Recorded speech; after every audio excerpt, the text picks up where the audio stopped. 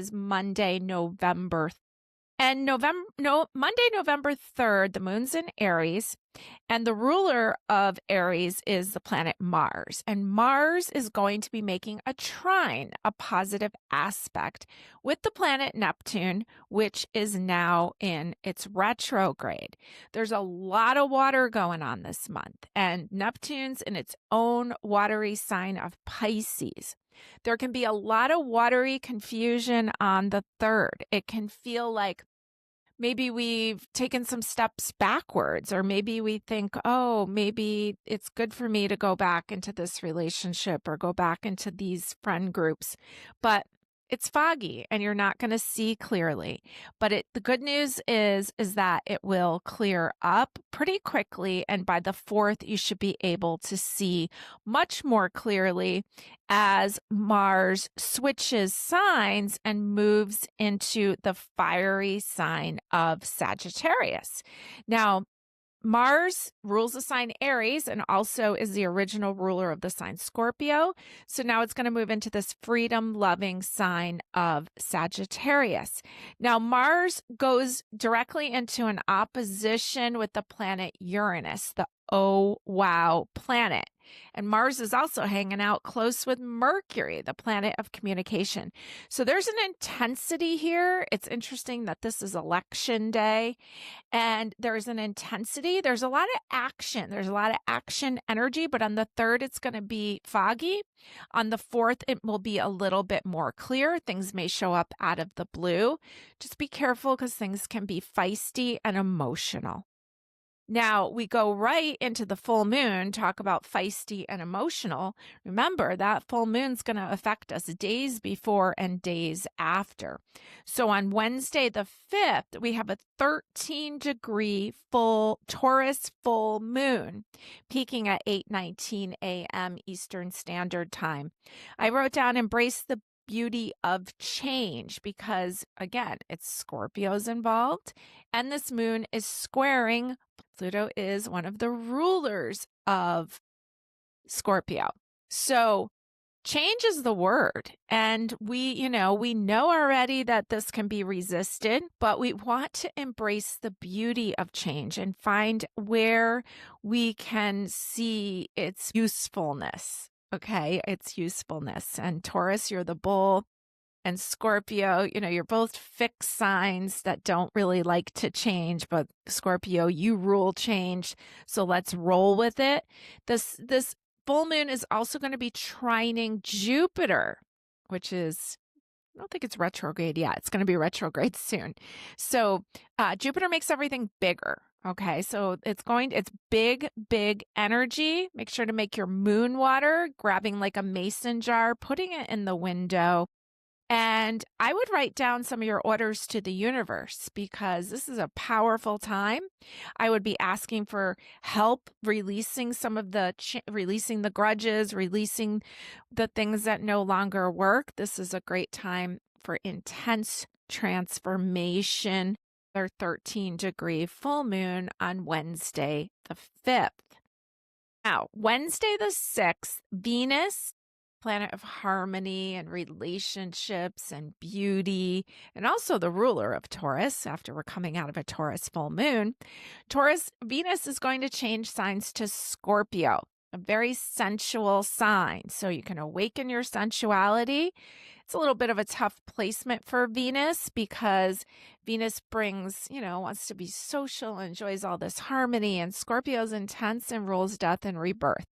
So we have to be careful that we're not reaching for old dysfunctional behavior or, relationships aren't good for you, because this has kind of like bad boy energy to it, like almost like going for what is manipulative, but maybe it's fun, right? So paying attention to what's coming up while Venus is in the watery, deep, fixed water sign of Scorpio from November 6th through November 30th.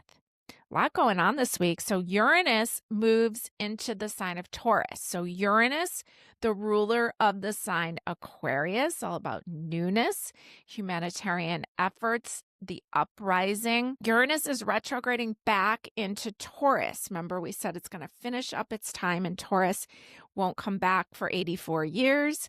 It will stay in Taurus until April 26th of 2026. So we have a few months there with Uranus back into Taurus. And, Taurus has a lot to do with our wallet. And Uranus is suddenness, but it's newness. And so I wrote down, build something better than you had before. We're going back there. We've learned a lot as Uranus moved into Gemini. Now it's back to Taurus. Let's make the most of this time. Uranus was in Taurus since 2018, so we may see themes during that period resurfacing. So how can we move in a more enlightened way is the question. We've grown a lot and there's a lot of things that we've discovered. And so let's use that information moving forward. Now we go into the 8th, we go into a beautiful weekend. We start off with the moon in Gemini on Saturday, but early in the morning, 10 o'clock, it moves into the watery sign of Cancer. So we basically have a Cancer weekend. We talked about Mercury retrograde that begins on the 9th at 2:02 p.m. So make sure that if you have any major purchases or any major decisions, I would make it before 2:02 p.m. Eastern Standard Time on Sunday the 9th, even though we're in the shadow period of Mercury retrograde. That's what I would recommend. So I pulled a few cards for you for this week ahead, and I'm going to roll some dice here also.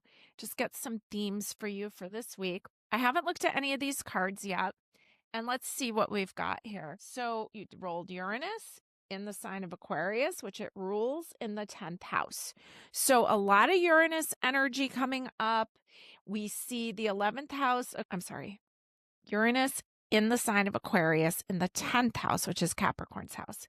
So we can have enlightenment. We can have sudden things coming in the workplace. 10th house, house of career, house of reputation, house of your long-term standing in this world. This can also be new work friends, new people showing up, new networking opportunities. This can be a very positive thing.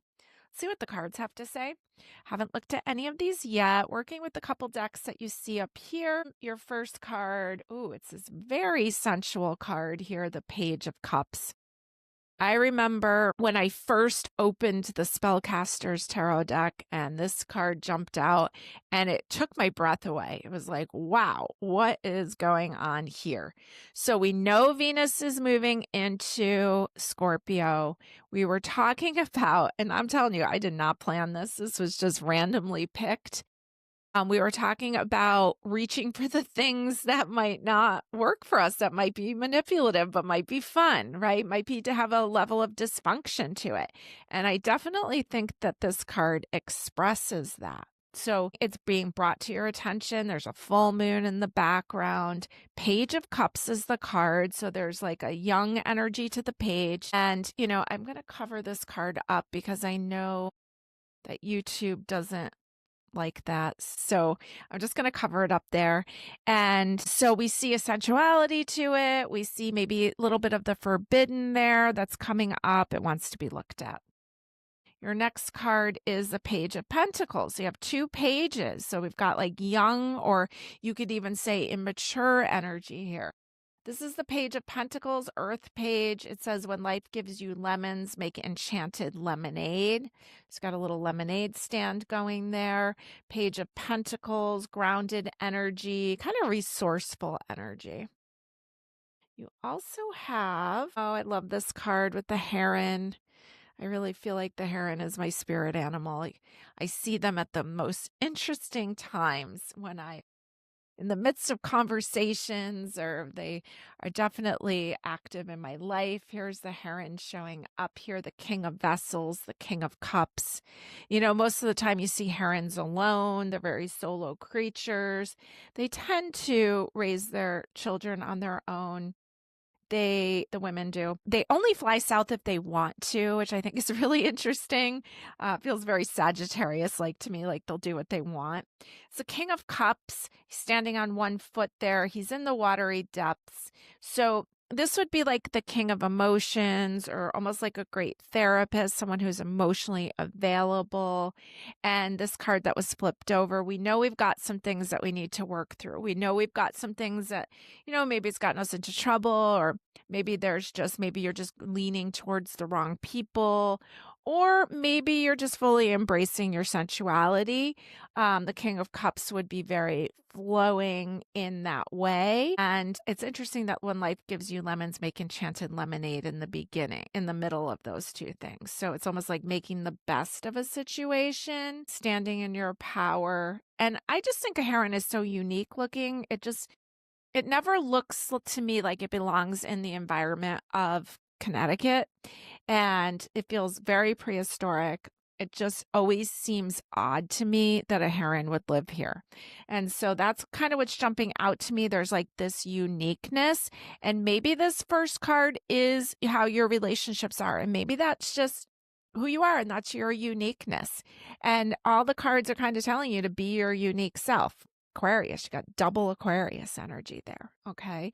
So, but making sure that that's your truth, and that's not just a behavioral pattern that you've fallen into.